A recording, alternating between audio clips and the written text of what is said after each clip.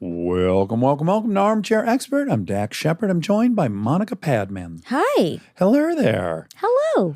Well, if anyone loves a celebrity cook, it's you. Well, look, my chef's video didn't come out until a couple hours after it was supposed to come out. Oh, no. Was there technological difficulties? Yes. Oh, my gosh. And I was on the run, I guess you'd say. Yeah. I would say you've replaced celebrities with chefs. Yeah. Yeah. Yeah. It's a neat evolution. Well, today's celebrity chef, she doesn't even call herself a chef, which is part of why I love her. Yeah. She's a cook, she says. Rachael Ray. Rachael Ray is a businesswoman and she's a best-selling author. She's written a ton of very successful books. She has, of course, The Rachael Ray Show, 30-Minute Meals, and she has a new book out called This Must Be the Place, Dispatches and Food from the Home Front. It has 125 recipes in it from her home kitchen in upstate New York and a lot of stories of loss and gratitude, as we will learn. Yeah. She's been through a bunch this last year and a half. So please enjoy Rachael Ray. He's an armchair expert. He's an armchair expert. He's an armchair expert. How are you doing? Where are we catching you? You have a beautiful fireplace roaring behind you. It feels very autumnal and fall-like. We're doing really well. I mean, considering the last couple of years, this was a house that we built for guests. I tried to design it to make it look and feel like our home. We had our home for 15 years before it burned down. And this place we've only had for a couple of years. And thank God we did, because when our home burned into the ground, we still thankfully had a roof over our head. It has a big feeling to it. Yeah. And we've been happily safe and employed here for a long time now. So it's actually going to be very strange moving back into the home that burned down, because this now feels like home. We've been here since August 9th of last year, when we watched our home of about 15 years burn literally into the ground and into the foundation. So, I mean, it's trippy. Like I said, I have these funny shaped ears. And every time I try and put headphones in, they just fall out. I'm with you. I have a very hard time keeping hold of my headphones when they're in my ears, too. I feel like my ear canal's like maybe pointed down or something. Yes. And maybe it's self-lubricating too much. Something makes it nearly impossible. You do make a lot of wax. I make a lot of wax. Yeah. Thank you for pointing that out. Well, I suppose I do, too, because even at Food Network 20 years ago, they tried to put an IFB in me. And even if they put double-sided tape on it and tried to shove it into my ear, if I smiled too hard, it would fall into the pan. It would fall into the food. So they just gave up after a while. I've had the exact same experience where it just keeps falling out, and I'm in the middle of the game show, and I'm like putting it back in, and finally I just lose it, and I just put it in my pocket like, fuck it, I don't give a fuck what I'm missing. Like, we're going to have to do this like it's 1972. Yes. Like somehow it happened without these then. Yes. So if they can't hand signal it or write it on a card, I simply don't know it, which is wildly evident if anyone has watched me in the last 20 years. Of course, you're here to promote. You have so many projects. I mean, we could just really promote things you're involved with all episode long, but This Must Be the Place is a book you have that you've just completed.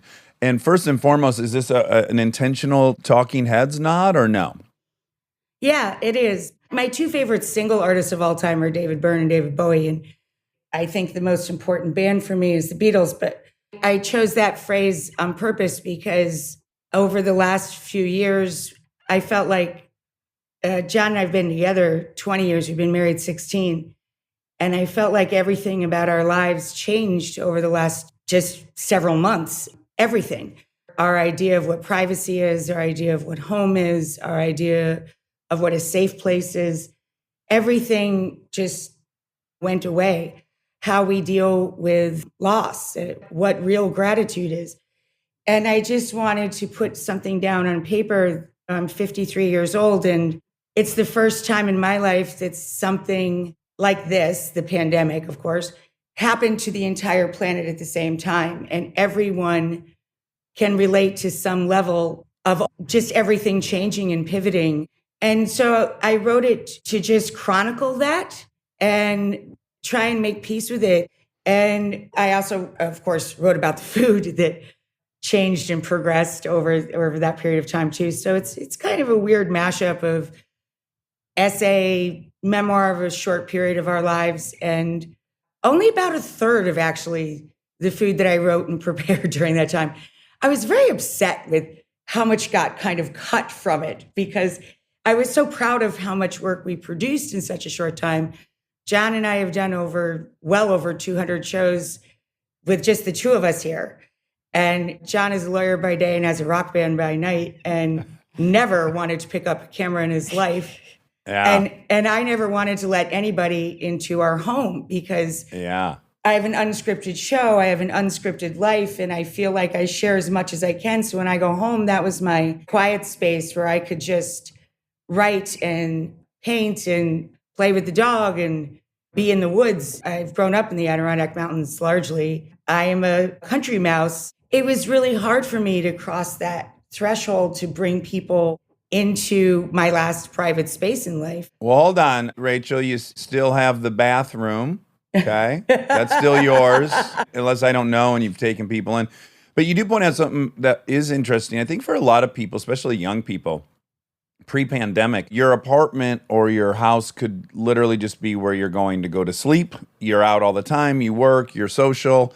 And I think for the first time, where you were dwelling became where you were at 365. So I imagine people started really evaluating whether this is the space they want to be in, whether they like it, whether they hate it. I think that the big housing rush is a comment on that people were like, oh, I want to love my surroundings more than I ever have wanted to. And the notion that your house burnt down, I mean, not to laugh at it, but it's almost comical that in the moment you would probably be feeling like, thank God we did this. And we have a place up with, I'm assuming you're on property and in nature. The notion that at the apex of maybe being grateful for that it caught on fire, which I didn't know about. Yeah. First of all, how did it catch on fire? Who can we blame? Is John to blame? No one is to blame. No. Quite literally, the fireplace burped. Creosote had built up in the chimney. And I had my fireplace cleaned twice a year because it's cold here most of the year. Even in the summer, you get really cool nights. And the fire just looks pretty. And I designed the house so that you could see the fire through the entire house. It's very raised into the room and a bench made out of the stone from the backyard on either side. It's very present wherever you're standing, from the kitchen through the living space. Everyone can see everyone. You can see sort of straight through there. And so I had the fireplace cleaned a couple times a year instead of once a year because, well, we just burn a lot of wood. There was a fire that we built because it was a rainy, cold afternoon on the 9th last year of August. And a little cinder came out of the roof, and I didn't have a tin roof. Now I do. I did not have a tin roof. So I felt like one of the three little pigs. Like the roof caught flame, and it just went into the walls right next to the chimney where all the master bedroom and a ton of electrical wires. And because I work with firefighters and I'm on a firefighter, Dennis Leary's Firefighter Foundation, I'm on their board, we do a lot of these drills with firefighters where you're fully suited and you go into fake flames and you're taught all of this fire safety.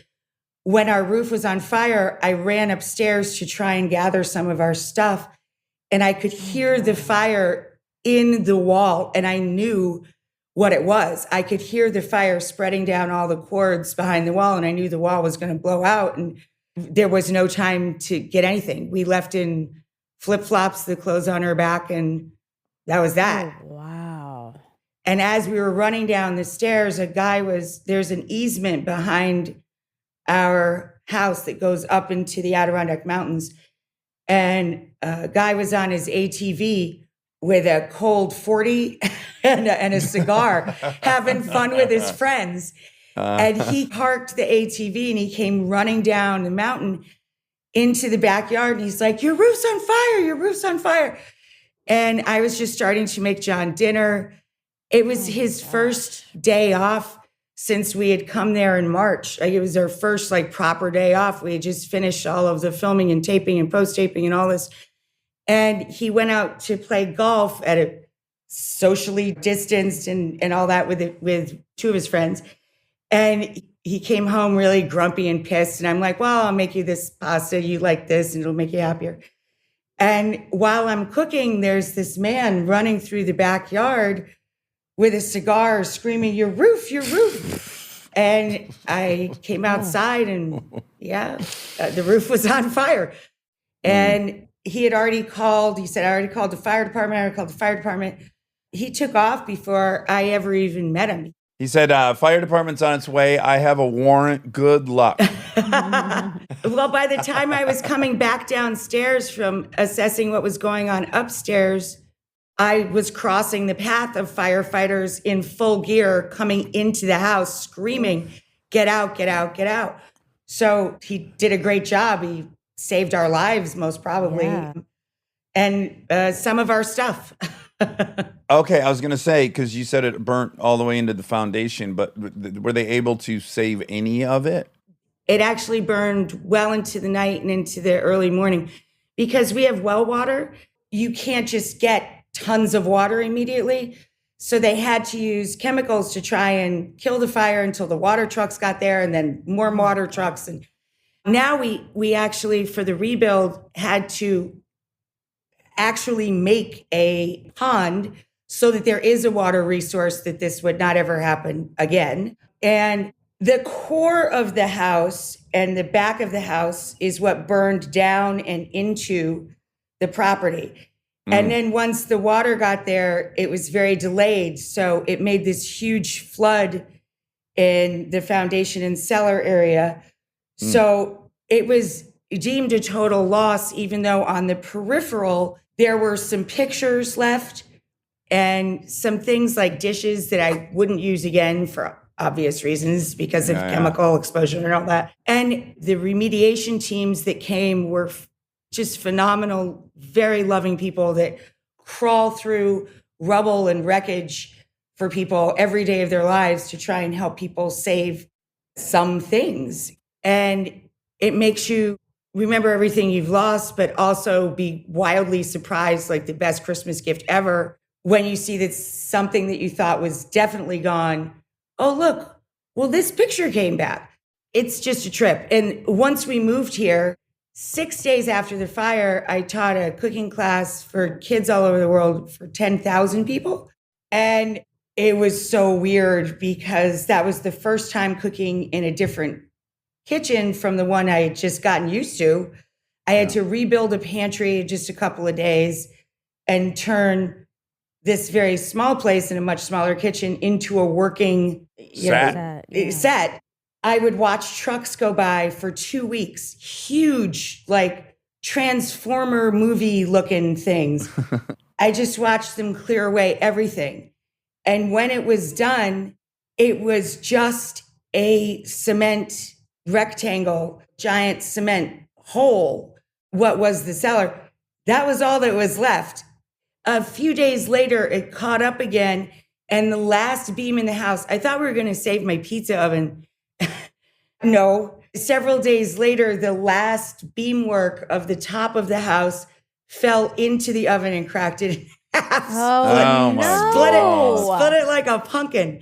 So I was like, all right, just take it all, man. Well, okay, so I want to ask you like the stages of, I guess, grief or acceptance, because my own personal, much less experience of this was simply I was out of town filming a movie. My sister called and said, hey, they're evacuating your neighborhood. Griffith Park's on fire.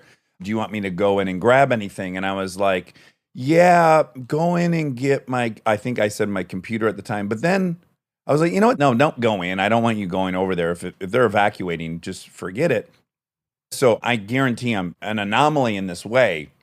There was something that potentially was going to feel freeing about it. Like I have all this shit I think about and care for and put in boxes and try to go through and throw away and empty closet, whatever it was. I had some weird piece of like, oh, This is interesting to have 0 things in my backpack. I can't imagine you feel that way, but I'm curious. Is there any part of it that's like, oh, It's mixed. When it happened, we watched until about 2:30 or 3 that morning. The house burned. Neither one of us cried. We just stood there trying to problem solve. Well, now what do we do? What do we do next? How do you move forward? And it was very proactive. Then several nights later, I woke up about 3 o'clock in the morning and I realized I had lost all my mom's letters. And my mom has very bad macular degeneration. She's blind largely in the center of both eyes. And she can't write. She had beautiful script and she wrote me such beautiful letters that meant so much to me throughout my lifetime. Decades of her thoughts and her advice. And that's what hit me. And I woke up and I couldn't stop. And I had her high school ring that she gave me, and that was gone. And it was things like that that bugged me. It was John's birthday that hit him on the 19th of August. That's John's birthday. My family tried to put tables outside so people could sit 6 feet apart. And they made this big display and had a little wagon filled with some gifts for him. And I had made a ton of food and we were going to have an outdoor, the closest we could to celebrating life. And John went for a bike ride. My husband loves to ride motorcycles as do you, Dax. And tell me more. Tell me and more. he went for a ride and he came back and he took one look at all that and he just couldn't handle it. He wasn't ready for feeling good yet, you know? Yeah. Like he was just mourning still. Exactly. And it just overwhelmed him. And he just wasn't interested in eating it all. And he hit the wall. And then after that, we went through a whole process where people started writing us about their losses and fires. And we had also lost our dog just before the fire, Isabu, that we had for 15 and a half years. And Really quick, what was the date of the fire? Did you say August something? August 9th. Okay, so just before your birthday too, which is lovely. Yes, both of our birthdays. His birthday's the 19th, mine's the 25th.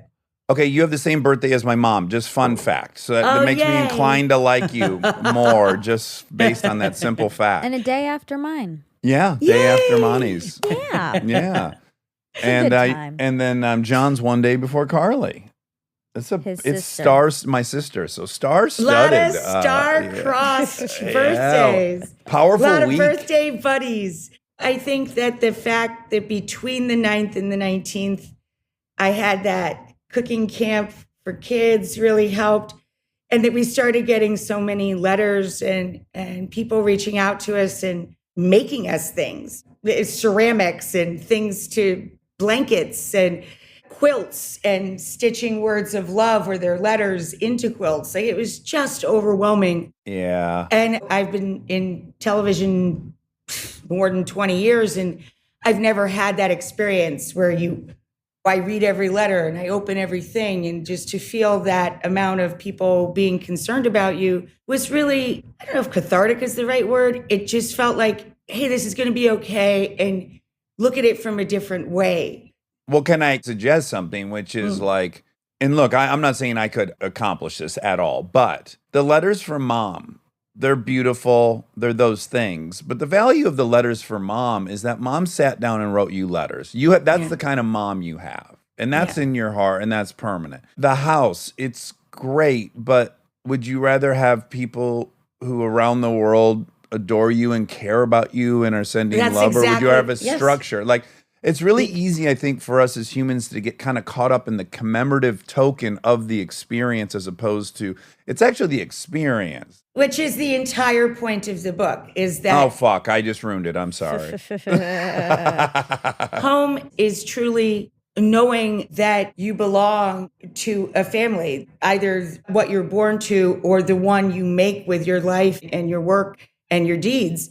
That is what makes you feel safe, and as in the song, Underneath Wings. That was why I wanted the framework of the book to be This Must Be the Place, because that place is a state of being and a state of mind. It is not stuff and things that you look at. It is the collective experience and how long you have the grace to know it. Were you already involved in the foundation, the Fire Foundation? Sounds like, yeah. before? Yeah, the Dennis Leary Firefighter Foundation. I was the first female board member several years ago. And I would do these interactive days to raise awareness and money, of course. And we would suit up and go into live fires, crawl on our bellies, learn how to use a hose, go into all of the situations, of course, managed by actual firefighters. So that training, I finally understood. I had no firefighters in my family, but for years I was fascinated by them. And I had Dennis on the show as many times as I could book him.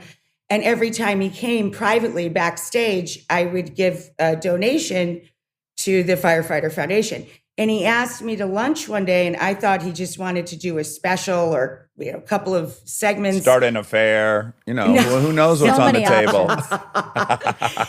And he asked me to be on the board, and I just burst into tears. And I said, of course. So that gear, it weighs well over 50 pounds. If you're fully suited and with a tank, you have to move your body constantly, and you're wearing about 70 pounds with the tank and the full gear and the mask. And I'm wildly claustrophobic. I've been mugged twice, and I'm a real fraidy cat in a tight space. So the whole mask thing was not easy for me. But all the training, all of that I went through, I understood full circle. And that's the other thing that happened. After the fire, I understood why all of this stuff happened. We never wanted to build a guest house. I mean, we had 2 guest rooms. That's enough. 3-4 people can come. Fine. This happened because one of our neighbors passed, and their family said, we don't want a logging road put in here. Would you consider taking the property over? I mean, it wasn't even anything we ever thought about. All of these things happen. And then when the fire happened, I knew what the sound was in the wall, and I knew to turn and run and leave immediately. I didn't have my cell phone. I didn't have a computer. I didn't have pictures, notes, books, nothing. Just the clothes on our back. Man, I didn't have fresh undies. And we had just adopted from one of our trips that we support with part of our foundation money. We have these vehicles that are rescue vehicles that go to kill shelters to bring home dogs and cats from states that unfortunately can't afford to have no kill shelters. And we had just adopted Bella Boo, and she was just getting used to that house. And then can you imagine your house is filled with spacemen with gas masks and it's burning down? And she had already been in 2 foster homes, and we rescued her from a kill shelter. She was just a little puppy in this nightmare. She's 80 pounds now and just fine. No worries. And she was a giant Tootsie Roll for Halloween. So she's 80-pound Tootsie Roll for Halloween. I'm going to propose a theory that actually would suggest you're more equipped for this experience than a lot of other people. So bear with me. I used to be of the opinion. In fact, I was with a gal for 9 years, Bree, love her to death. We used to get in these arguments because she would spend money going to restaurants all the time. And I was like, what are you doing? Like, there's nothing left after you eat the thing. Like, it's such a bizarre way to spend money. You have nothing to show for it. And then, of course, over the years, I've been taught through people who study happiness that experiences are actually what make happiness. So the fact that your entire endeavor of your life is almost solely about process, because there's nothing to take away from it. Like, you spend all this energy in the kitchen and you take all of these ingredients and then you basically make them disappear. I mean, you transform them into an evacuation at some point, but it is so transient. It's all about the experience. It's an endeavor that yields really no end product. So a sculptor might look at what you do and be like, oh my God, I can't imagine not having a sculpture at the end of it, of all the work. But for you to sit and eat it with friends and to see the experience on them. It is a sculpture too, in its own way. But it disappears is what I'm saying. It's like, it's not permanent. But you have the leftovers and you can keep working with them until it's completely gone. And the idea is that you can create something that might surprise someone. What I try and do with my food is what my friend Sonia Skarloff tries, or Adrian Christos, what my friends that are artists try and do with paint, or what my husband tries to do with a song. You want people, when they hear or see or eat something that you've made for them, you want them to have that look of a kid that opens a Christmas present they actually want. It's something that truly excites them and sparks their creative notions and their energy, whatever their gifts are and whatever their thing is. So I send my friends that are artists pictures of my food all the time. Just something fun that I did with a bagel, or something fun that I did for a football game. And they send me pictures of their works in progress as they go along. And the benefit of cooking at home is that you can take a little bit of money and see how far you can stretch it. You can please people and provide for them and feel like you're nurturing folks. And, John and I don't have human children. And the biggest joy in my life is doing a cooking class with kids, or being able to provide clean water for people, or support Jose Andres and World Central Kitchen, and be able to feed people and to be able to pay things forward. It's just like any other person that has a creative spark to them. That's just how I choose to express myself, because it was my happy place. I think just being in service, period, of any kind, but certainly growing up in the service industry, every day can be difficult. My first legal job was being a dish machine operator. It's a very humbling process. Everybody should have to do it for a while.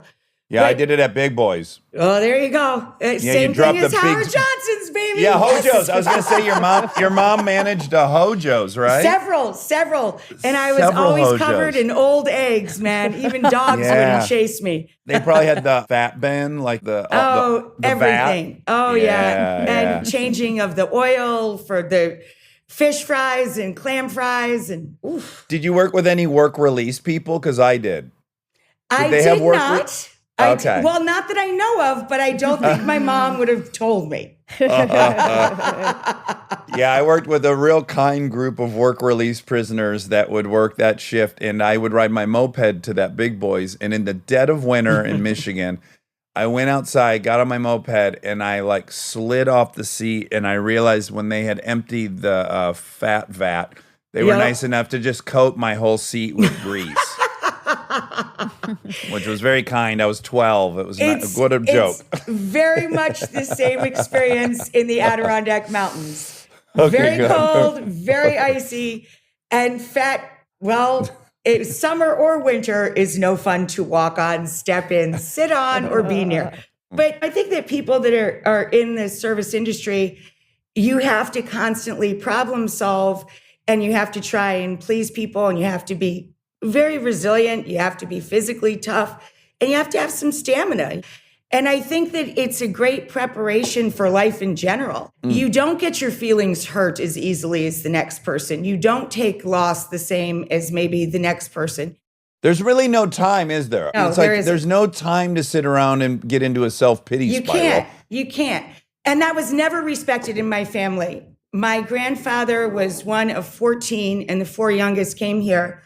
And the kids all worked in a pottery yard, and there was a terrible fire, and one of the brothers died. So they all said it was bad luck to ever go back to the pottery yard.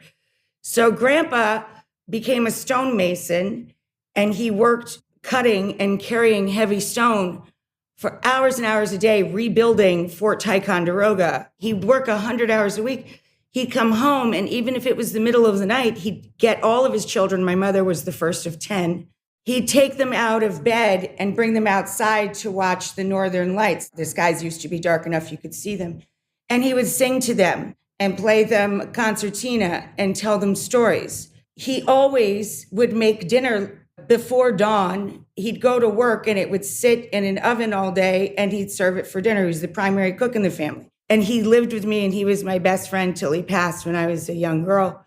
And everything in him was about quality of life, not what hour you have to live it or how hard work can be. It was about being grateful for having life itself and eating good food and sharing time together. And there were no set rules when it came to things like making time to hear each other laugh or share a story or share good food. There was no excuse for not doing these things. And he was Sicilian?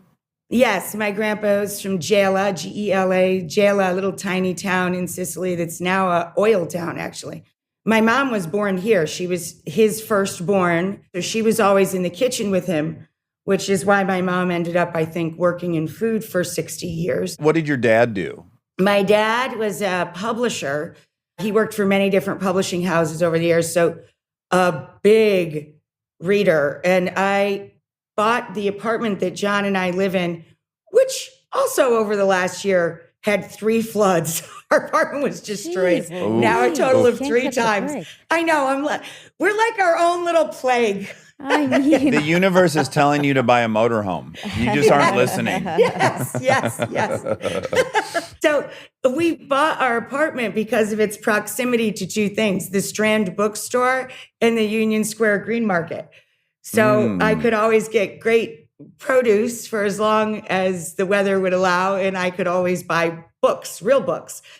So I think that's my dad and me. I love to read real books. My husband has switched over. He's the all digital book guy, but not me. Everything, that was another big loss for me, that I lost all of my books. Really yeah, that's kind of hit me in the ovaries, as you'd say. Yeah, kicked you right in the fallopian.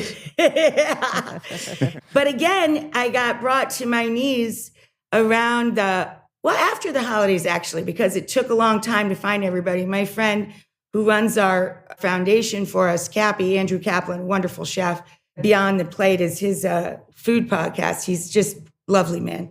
Anyway, Cappy called all my friends that are wonderful, great chefs, and he replaced many of my cookbooks, and every single person wrote a letter inside them. Sabine and Jacques Pepin and so many, Alungi, and like on, like just so many great chefs. And they rebuilt my library for my kitchen up the hill here. Oh, and man. that was really amazing. And that's the kind of stuff that gives you chills. And you're like, you know what? You lost that stuff, but look how much you learned about how people actually care about you so much that they took the time to do these things. Well, as they say, you don't know your real friends when the house is banging and the parties are great. You That's know right. your real friends when that fucker goes up in flames. The real friends come out. Stay tuned for more Armchair Expert, if you dare.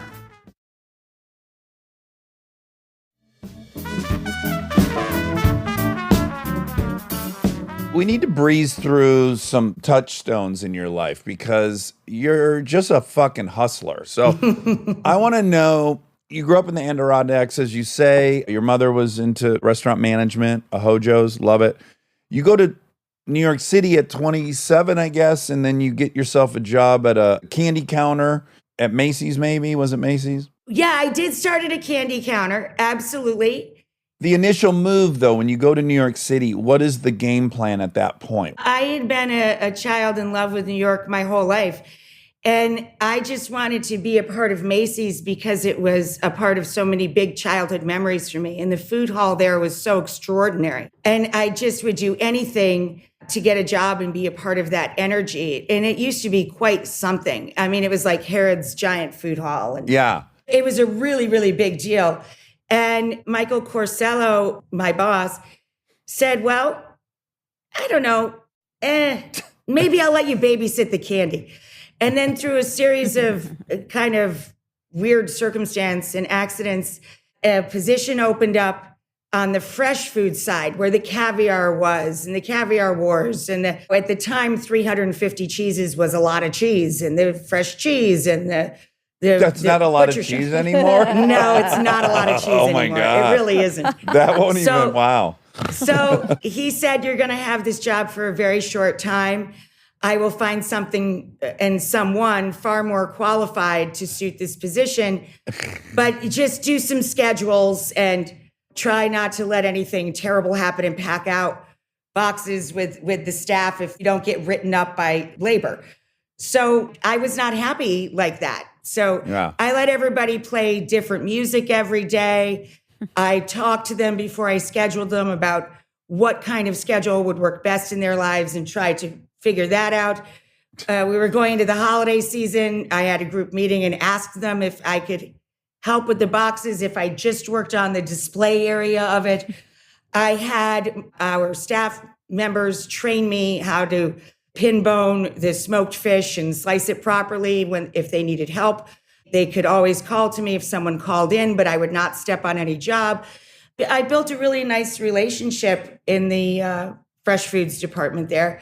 I need to know what dreams you had at that moment. Did you have show business dreams in New York City, or did you have restaurateur No, dreams? I just wanted to be like my mother and my grandfather. I wanted Okay. to go to work with integrity, work harder than anyone else, not complain about it, and be grateful. Period. End of list. And that's the way I approached work. Try and make it fun and pleasant and put something of meaning into each day and be respectful of everyone I work with. No, the TV food thing came much, much later. Michael Corsello, my boss, left Macy's and he went to work for what was a new company then, Whole Foods. And he asked me to come and interview with him in DC. And I would have had to travel to several stores. And I was a person who got a license, but I wasn't a comfortable driver. I didn't have to drive a ton. I lived in New York, And I would have had exits on both sides and driven on that beltway. I thought I would die, quite frankly. So Michael suggested that I go meet his friend, Joe Musco, who I'm dear friends with to this day, who owned Agatha and Valentina. At the time, it was about to open, this big store. And he said, so go see my friend Joe if you don't want this job. And Joe hired me, and I was his buyer and his main manager.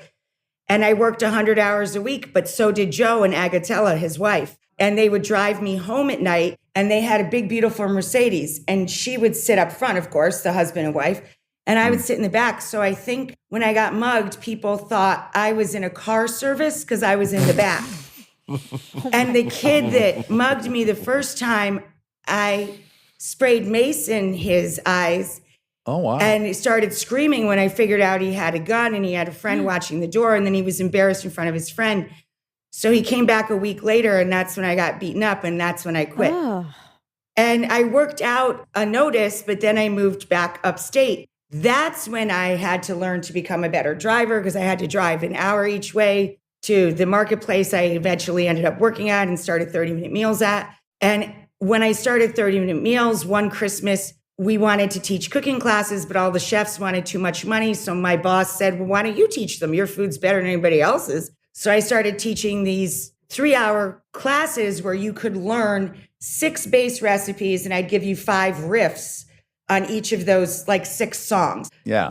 Right. A way to riff on these things. So if you gave me 3 hours, you could learn ostensibly a month's worth of meals, and like football teams would come and bridal parties would come and teenager would come. Like it became this thing, and then that became a local news thing, and then that became a they cookbook. invited her on the local crazy. news, and this becomes a thing, and then she ultimately gets invited to the Today Show. That's and then right. based on her appearances there, she gets. I get Food Network. Isn't that I feel stumbled. like either Sally Field would that's a Sally Field movie in the Yeah, oh 80s. yeah. It's That's a so Or crazy. it's Reese Witherspoon's kind of playing that On morning show. morning show. Morning show. Yeah. Like the hard scrabble Yeah, girl true. from a small town. It's kind of almost suspiciously unbelievable, but of course it's Well, the a real few things in story. your life are suspicious. Yeah, but as all that's ramping up, this is my kind of last curiosity about you is the workload is insane. Can you see in front of me? These are all my notebooks. This is how all of the work is done. Everything starts on pen and paper, and this is everything I'm working on just now. Yes, it's almost impossible for me to turn down opportunity because I just wanted it so hard, and I was a really hard worker from a young age, and so I have this, I don't know, at times unhealthy relationship with I cannot possibly let an opportunity pass me by. If someone wants to let me do something, I feel almost unethical to not do it. And I just want to know what the fuel in your tank is. Is it similar? Absolutely, as long as I can do one thing. My mom said, if you're proud of any job that you have, you have to take pride in being the dishwasher, in being anything in life. And no matter how hard it feels, you have to find what is cool about that and do it better than the next guy or girl could. And that gives you a certain peace, because the worst thing that can happen if opportunity presents itself is that you go back to where you just came from. So if you can get to a place mentally and emotionally where you're not ashamed of that, where you're happy with that, where you're proud that you were brave and could try again or start over or find beauty in something that you kind of dread, then really you can be fearless. You can try anything, because the worst possible thing that can happen is that you go back to where you just were. So why not try? And so that's where it gets That's an tricky for interesting me. framing, is that like your safety net you already have. That's kind of an interest. I've not heard that thought process. Well, that's the only way, I think. As long as I know I did a good job today, I don't even look more than a couple days ahead in a schedule. It's too overwhelming and my wheels will spin too much and I'll never go to sleep. Like I have to this is what I can do with this day or tomorrow. You do great in AA, by the way, if you ever want to join us, because that's the whole bag right there. No one can stay sober for their life, but you can today. Okay, is there any pathology in it, though? Do you have like a scarcity mentality? Is it hard for you to feel safe, like you're safe for life? Because I would have to imagine, I spoke with your accountant this morning, and we went through some stuff. You're probably safe, but do you feel safe? I've never cared about money a day in my life. Not once. Oh, my God. Wow. I've never, ever cared about it. I haven't looked at a checkbook. I have no idea if I'm worth 2 nickels or a lot. Me and your accountant figured out you're worth $111 million. This will be exciting for you to know. I sincerely don't care. I've never worked for money. I'm teasing. I'm teasing. And I've given away more money than I thought I would earn in several lifetimes. Our foundation, I mean, I think we're at like $70 million from dog food and selling dish towels and pots and pans. I build our businesses to be what I want, how I want, affordable, the best quality, especially when it comes to animals, of course, I'm feeding them. But that is what generates what I think my worth is. When I look at my worth, the number I care about is how much did we raise with our hard work and the collective creativity of all the people I choose to work with for a greater good. I have a dog. I don't have humans. I want to leave something when I'm dead. I don't know if that's tomorrow, 20, 30 years from now. I have no idea. I want my life to have been worth something, and that's how I measure my worth. I have zero awareness of my personal worth, and I don't care. That's why I'm very careful. Great. That's why I'm very careful about the people I put close to me and the people I put close to money. I would like them to be responsible, of course, and know what they're doing. Sure. But I'm fine. I knew when I bought my first cabin here, after I was mugged and moved back up here and all that, it was $575 a month rent to own. So a percentage of my rental every month went towards the down payment. I bought that property for $110,000. I paid for it over time with cash, 3.5 acres and 3 bedrooms, only 1 toilet, no dishwasher, but it was my land. That's what made me feel safe. I knew I had a place to die. Every period after that in my life, I could care less. I didn't think about the money when my house burned down. I thought about my mom's letters. I love that we had a safe place to go, but now I know why all those things happened. All those dominoes fell.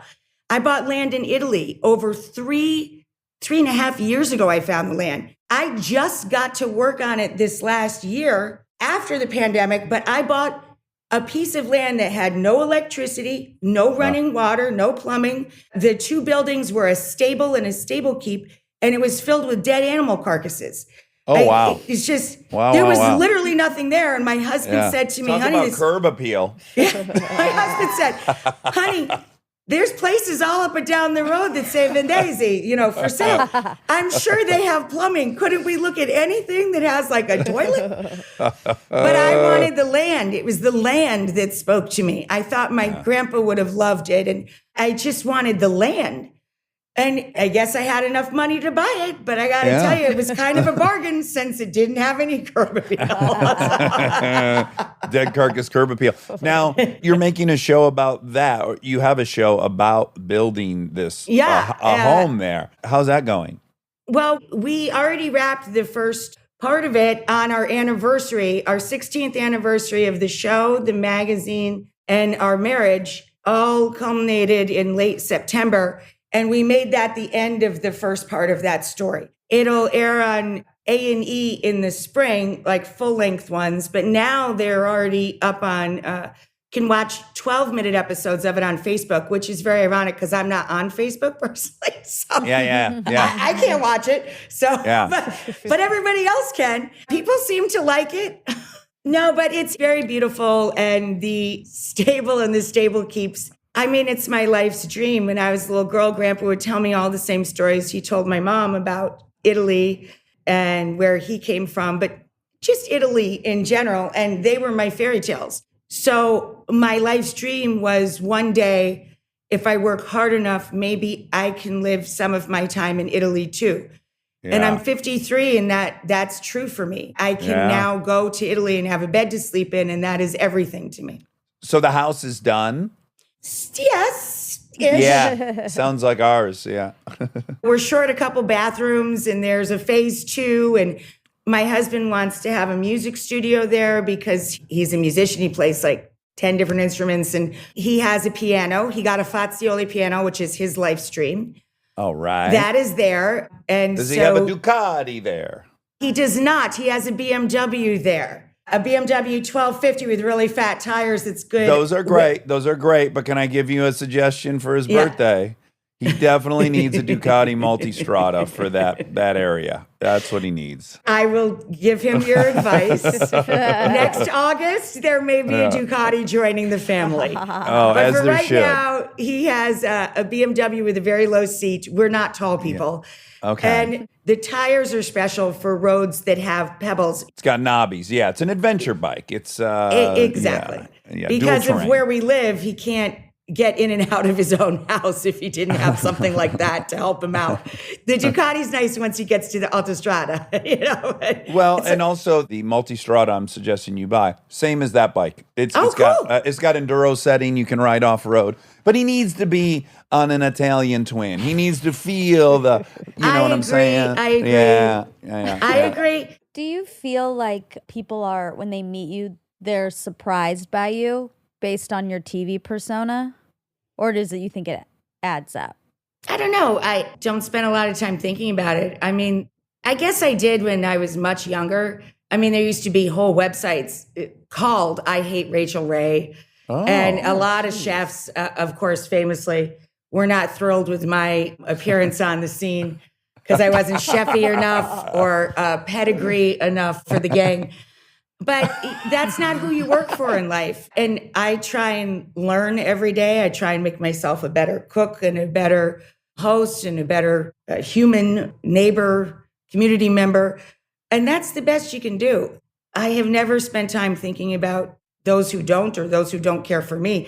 Not every kid is going to like you on the playground, and that's life. And I learned that in kindergarten. My grandpa made my lunch every day, and I loved it. Nobody wants to sit next to a kid that eats sardine sandwiches, you know? No, I don't want to be around that kid. No. I'd rather sit with a glue eater. Less smell. Okay, Rachel, I got to ask you one question. I'm sure this is the last thing you want to talk about, but I only bring it up in terms of how much we're all shifting out of this water we were in. Like, I think of it most with these recent documentaries about like Britney Spears, like the questions people asked her when she was a minor about her sexuality and the shaming that happened. And I just wanted to know from you, there was like some controversy over you being in FHM. And I wonder now, with your lens, do you think that could happen today? Do you think that was not like the most textbook example of like an attempted slut shaming? It just seems like something that's so gruesome. And I could not have been more excited. Yeah. I thought FHM meant for home or homemakers.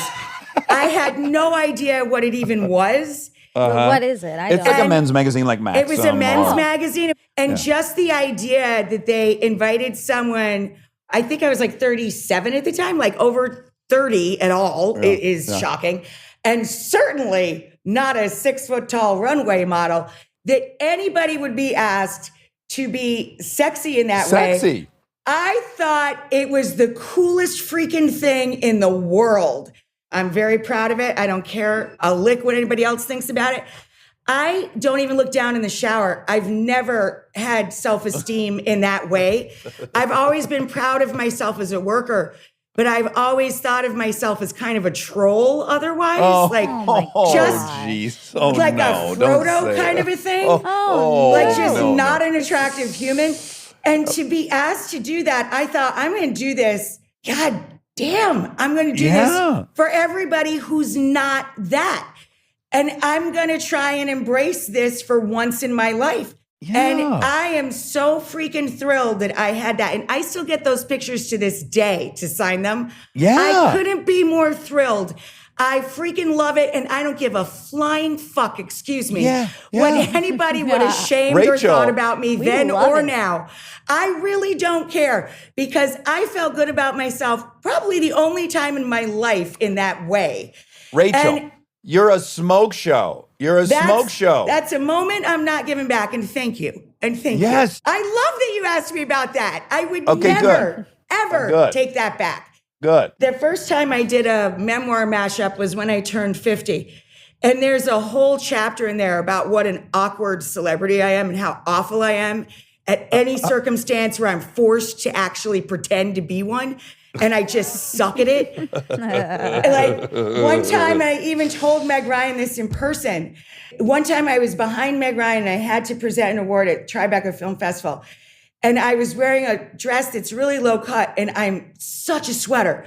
And they had those nip things on. And I got so sweaty, the nip fell out of the bottom of the dress on one side. And I didn't know what to do. And there's 9 million people in the press pool with cameras, right? And I didn't know if the freaking thing was sheer or not. So I did the entire presentation with one hand over a boob like Napoleon or something. And I dropped my patriot. card, like the blue card they gave me. I dropped it on purpose. And when I bent down to pick it up, I shoved the nip onto the palm of my hand. And thank God it stuck so no one behind me could see that the nip had fallen off. Oh my And I God. did the whole thing with my This hand over my is a boob. Sally Field amazing. movie. This is a Sally Field movie. When I went to the White House for the last state dinner, I didn't know they were going to put us at the head table. We were at the Obama's table. I had been working with Michelle for years on kids initiatives in school food and the Let's Move campaign. I had no idea. And I wildly inappropriately dressed. It was like 85 degrees.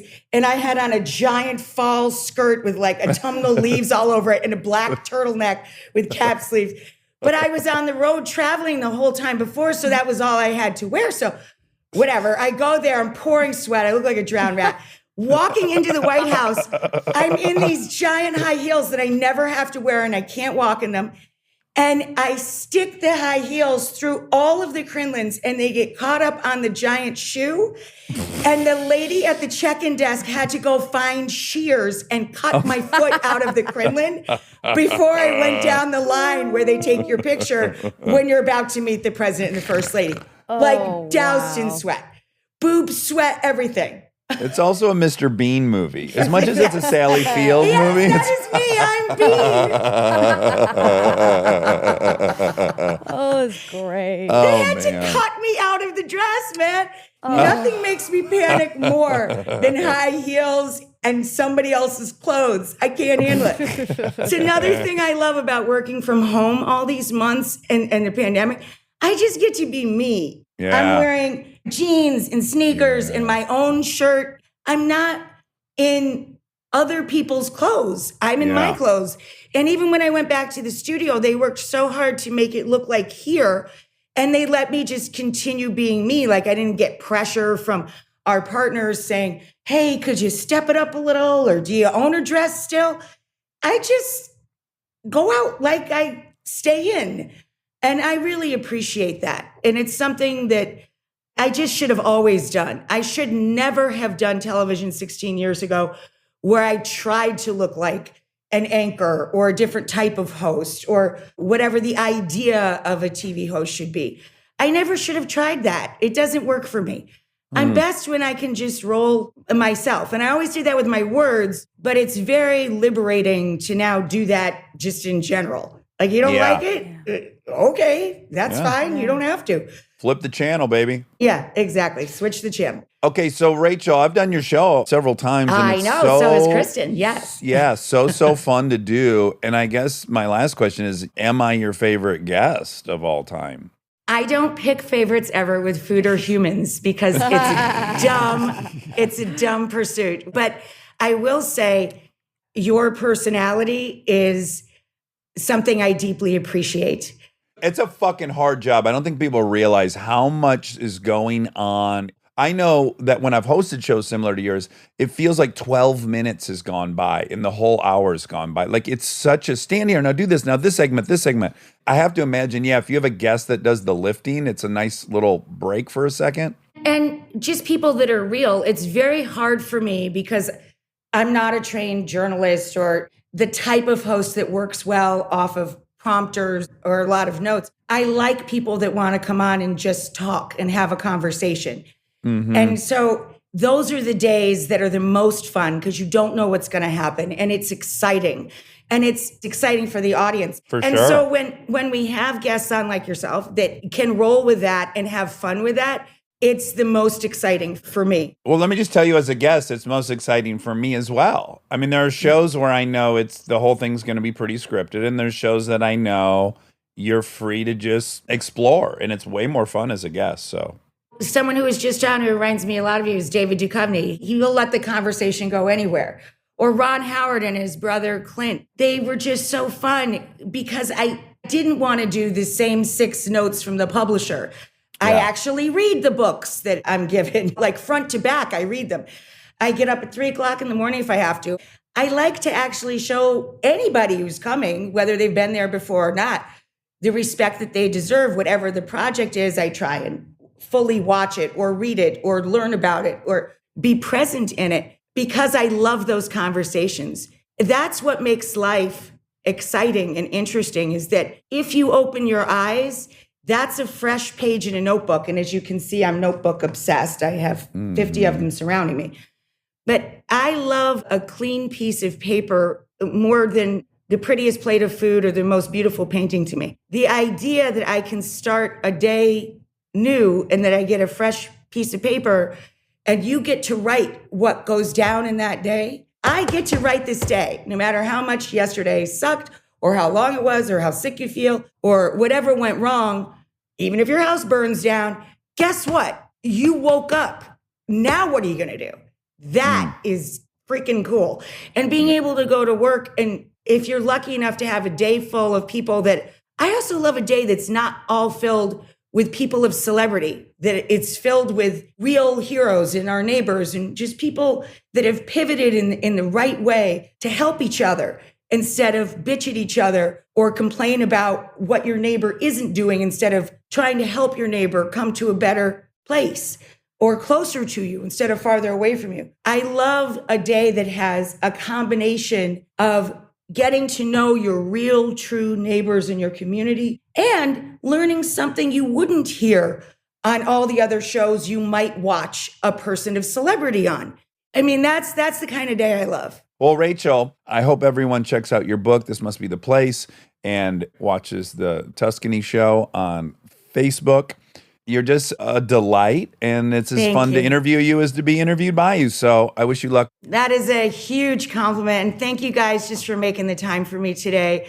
It's such an honor to be on your show. Like it's a long list of really, wow. I can't believe I made the cut. It's come on. It gives me chills. It's really cool. It's amazing. And thank you. And my love to the fam, of course, to Kristen, the girls. Oh my God, the dogs. You got a little tripod now, yeah? You got whiskey. He's down a leg. Yeah, he's down one leg. His bark is working just fine, it seems, though. Well, we adore you. Good luck with everything, and thanks for taking the time. Thanks again, guys. And thank you behind the scenes for helping us make our thing work. Of course. Bye, guys. Bye. Stay tuned for more Armchair Expert, if you dare. And now my favorite part of the show, the fact check with my soulmate, Monica Padman. Someone just brought up Burning Man. Mm-hmm. Is that something you would want to go to? Never. Never. Don't even want to see what's the... I have zero interest whatsoever. Okay. Yeah. All right. Well, But what's your interest? if I level? go, then you don't want to go? I mean, No. if a big group's going, maybe, yeah. Yeah, a big group could tip it for you. Maybe, yeah. Yeah. Okay. Do you want to go? I do, for sure, yeah. I want to see the chaos. I'm nervous about all the dust. I don't love being in a big Exactly. cloud of dust, but yeah, I want to see people ride their bicycles naked around and stuff. I want to see what's happening out there. I get the curiosity. Yeah. I'm sure it would be an interesting experience, but I bet I would be pretty miserable during it. It'd be novel. It'd be memorable. Whether or not it's enjoyable, we don't know. Big question mark there. Oh my God, that's a sad ding ding ding start to this fact check. Uh-oh, what? Rachael Ray's house burnt down. Burning Man. That's the same thing. Okay, all right. Okay. That was the craziest story ever. I didn't know that. That her house burnt down? Yeah, She seems to have a hell of an attitude about she it. really does. I mean, it seems like she got there over time and through grief, but I will say, though, having never had a house burned down, I will say I did not want to move out of our old house, as you know, and I was anticipating missing it so much. yeah. And what's funny is I haven't thought about it since we left. This is such a huge shocker to me. Yeah. It's so weird. I'm like, oh yeah, I just walked out of there and I don't like have a yearning to go be in that house. And I would have guessed the opposite. I was wrong. Do you think that's a personality thing? Like specific to me and not necessarily like a human universal. Maybe. Yeah. Well, I was inclined, here was the story I was telling myself. I was inclined to think I'm the type that needs it more because we moved so much as a kid. Yeah. That one of my allergies as an adult has been moving. I lived in one apartment in Santa Monica for 10 years, and then I lived in that house for 16 years. Yeah. And I could have moved out of that one-bedroom apartment a ton of times, but I just don't like to move. So I would have guessed I would have had an opposite reaction, but it just hasn't been the case. I would label you as someone who has a easier, or I don't know, easier, but easy-ish time moving on from With things. change. Yeah. I think some things that you are very connected to for a long time, they end and it doesn't break you. I mean, even with like Brie, those things, I think, you still have love, and I'm sure you still love your house when you think about it, but it's not like, it's not causing something in you. That's my opinion. I think in general, you're better with change than you had to be. Well, yeah, maybe because there was so much change. Maybe Yeah. I'm just better at it than I thought I was. But also, it's relevant that the place I moved to is nicer. So if I had moved somewhere smaller, like she's moved into her guest house, so certainly she doesn't have cupboards and stuff that she wants. That would be harder if you've gone to somewhere less comfortable. Definitely. So I think it's definitely helped that I love where we're at now. Yeah, yeah. Yeah. It'd be interesting to see if it was a lateral move or even one that was to a place less comfortable if I would pine for it. Probably. Maybe. Yeah, maybe. I guess with the house, obviously if the house was empty, that's a different scenario too. I mean, all her stuff. Yeah. And I have a bizarre relationship with that as well, which You kind of brought it up yeah. a little bit. Yeah. I think there are things that she said, like, she didn't think about until it hit her, like letters from her mom. Like, I bet if all your journals just disappeared, that might hit you as like, oh my God, like years of thought. Evaporated. Not that you're even going to read it or it means anything. Yeah, like my knee jerk is like, yeah, that sounds terrible. And then when I really play out how many times I've read my journal over the last 18 years, I haven't. But it's not about that. It's about how quickly things can come and go. Yeah, I also think it's a lot of it has to do with how good your memory is. Like if you have a very bad memory, which there's a spectrum of people's how good their memory is. Yeah. I think you're more drawn to the objects from the memories that can help bring you back to it. That's true. And I would say in general, I have a pretty good memory. So I remember the letters my mom wrote me. I don't need them because I remember Yeah. that, and I remember a lot of stuff. Yeah. Whereas Kristen has a terrible memory, as you Mm-hmm. know, and she seems to have more objects from her childhood than I do. Yeah. Where do you put yourself on that spectrum? I like tangible reminders. Yeah. I have like memory boxes and stuff. They live at my parents' house, so it's not like I'm like looking at them all the time. But I like knowing that there are like trinkets from my life that Yeah. have meaning. And And when you're home for the holidays, I've done you'll sift through it. Yeah. Yeah. I have a memory box in my closet, and once every 2 years I do a show or something where they want a picture of me when I was younger, and then I get into that box and I'll Mm-hmm. Yeah. see a couple things, that are sweet. yeah, it's nice. I have to do a shout out Oh. because we're coming up on the holidays, which is obviously wrapping paper time, Oh, uh-huh. which is my favorite time. It's your, And I bought some the other day from my favorite store in Venice, my favorite wrapping paper store in Venice. I love that you have a favorite wrapping paper store. I do. I didn't even know there were wrapping paper stores. Well, they probably would call it, let me see what it's called. Well, we could say the urbanic or urbanic. Urbanic. You're asking the wrong guy. Well, I don't know, but it's one of those two. But they call it paper boutique. Okay. So what, have they got stationery in there as well? Yeah, they have lots of cute stuff. Like Okay, it's an paper products. adorable store. Paper towel. Sure, probably. Probably decorative paper towel. And I love it. And I haven't been since pandemic. I ordered a bunch of wrapping paper from them. And one of them was cherries, which was so cute. But then they emailed me and they said, we're so sorry, but we're actually out of the cherries. So, we'll refund you. I was like, okay, that's fine. And then I got another email from someone who works there, and she said, I know we've already reached out, but just wanted to let you know, like, we love the show. And one of the staff members has a personal page of the cherry. And so we're going to send it to you. And I was like, no, I can't take someone's personal stash, knowing how important wrapping paper is. Yes, But and I how think you they're feel going about- to, which is so sweet. And it's so beautiful. Wow. It's a really good store. Oh, man. Did you go there in person recently? No. Or you just go there online? I went, it was the first time I bought online, actually. But I just Venice, didn't think, California, right? Not Yeah. Venice, Italy. Yes. Okay, yes, okay, Venice, okay, okay. California. I just didn't think I'd be able to make it over there Right. It's on the other side of the world for us. by the time I had to start wrapping. You could fly to Vegas sooner than you could drive to Venice many times during the day. I agree. Crazy. You should look at see if there's any great wrapping paper offerings in Vegas. Okay. It's just a 45-minute flight away. Okay, that's easy. I'll look into it. Speaking of the West Side, I was on the West Side yesterday. Yeah. Not in Venice, but a little east of Venice. West of the 405, which Yeah. is the most important demarker.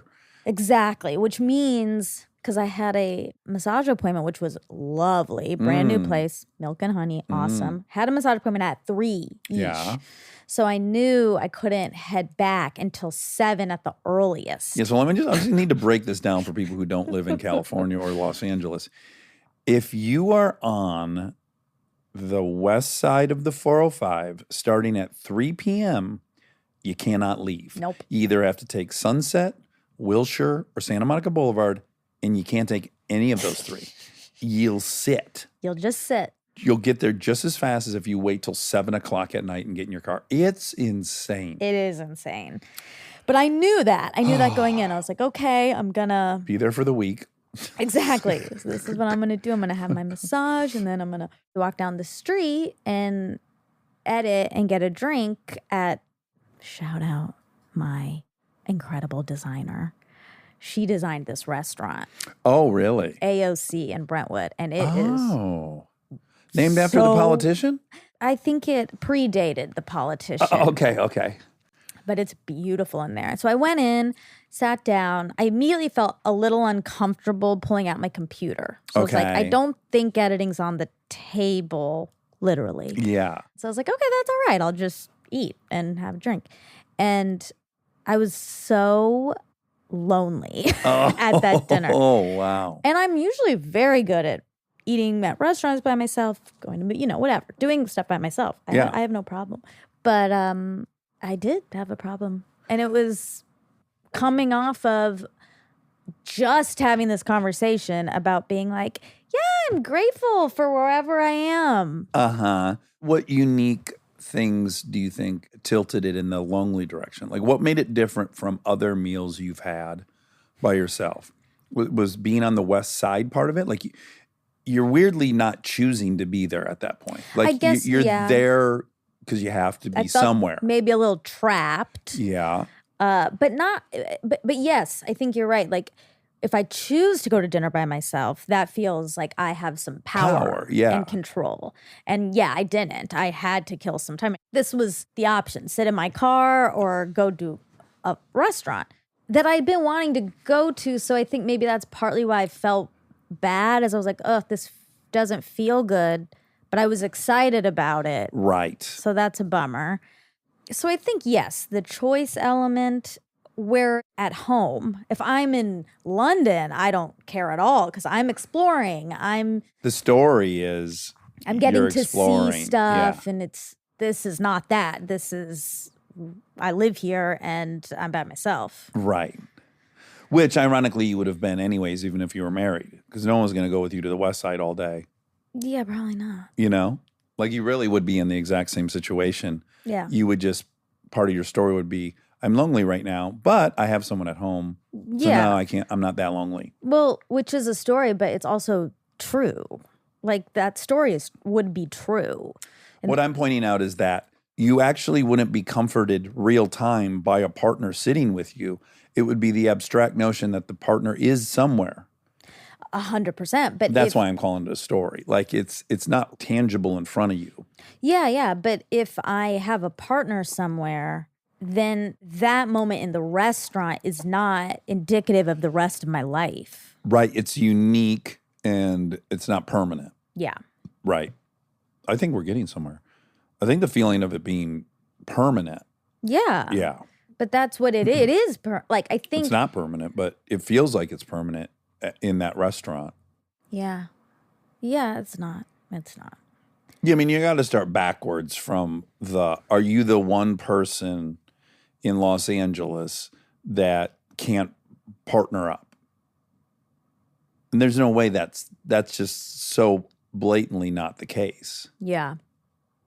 That's not the reality of anything. But in that moment, most certainly it feels that way. Yeah, it's all just feelings. Yeah. They come and they go. You can feel empowered, or then you can feel lonely. Yeah. Life is a fucking seesaw. It is. Anywho, that was my evening. How was your evening? Woke up to pee 3 times. Went to bed at 207 pounds. Okay. 207.4 pounds. Peed several times throughout the night. Okay. Then a transcendent evacuation. Got on the scale, 201. Wow. Lost 6 pounds between bedtime and morning time. That's impressive. In the, a gallon of water is 8.8 pounds. So I'm imagining at least 5.5 pounds of that was water. You're so hydrated. I'm too hydrated. That's why I didn't like someone responded to our theory, my theory, not ours, about not pooping when you're getting chased by wild game or when you're on vacation. Uh-huh. This person said, I think it's dehydration. And dehydration's this kind of catch-all thing. I think I'm going to put it on par with like toxins. Oh, no. Yes. No, you can't do that. I'm going to. Like for a decade, everyone talked about toxins. And you got to do this cleanse, get rid of the toxins. And now to me, that's transitioned to dehydration's everything. Now, I believe in dehydration, but I think it's very overamplified. So anyways, you couldn't be more hydrated than I am, I don't think. You are extremely I'm about hydrated. to pop usually with water. So it's just like, no, that's not, a lot of people are not dehydrated when they travel. Some people are. Do you have problems when you travel pooping? I don't think you do. I don't think I do either, but I would explain that as I've been, at 14, I was doing car shows. So all summer, I went to 20 different cities in a summer, and I did that for 14 years. And so I think I just traveled so much that when I'm traveling, it actually doesn't feel like a novel or scary or new situation. Okay, so I think could be that. Could be that you're hydrated. it could be. What I think is that The non-pooping first day of vacation is a ubiquitous, almost universal experience for people. And I don't think dehydration is a universal experience for people. But it is known that being on a plane dehydrates you, which is why they're probably saying that. I don't know about that. Okay, well, I've heard that bandied about, but I don't think there's any. I would need to know the science behind that claim. great. I don't know what about sitting in a pressurized cabin dehydrates you. Shall I Google it? Sure. Does flying dehydrate you? Airlines pressurize the air in the cabin, but not to sea level pressures. So there's still less oxygen getting to your body when you fly, which can make you feel drained or even short of breath. The potential dehydration factor in sitting for long periods of time doesn't help. But what is, quote, the potential dehydration factor? Oh, well, now this is low humidity. Spending long periods of time in a climate-controlled environment where the relative humidity can be as low as 10 to 15%, which is 3 times drier than the Sahara Desert. Oh, okay. I maybe buy that a little bit. Maybe. I think people are in climate-controlled environments 8 hours a day, most people. Yeah. Yeah. Well, Well, what?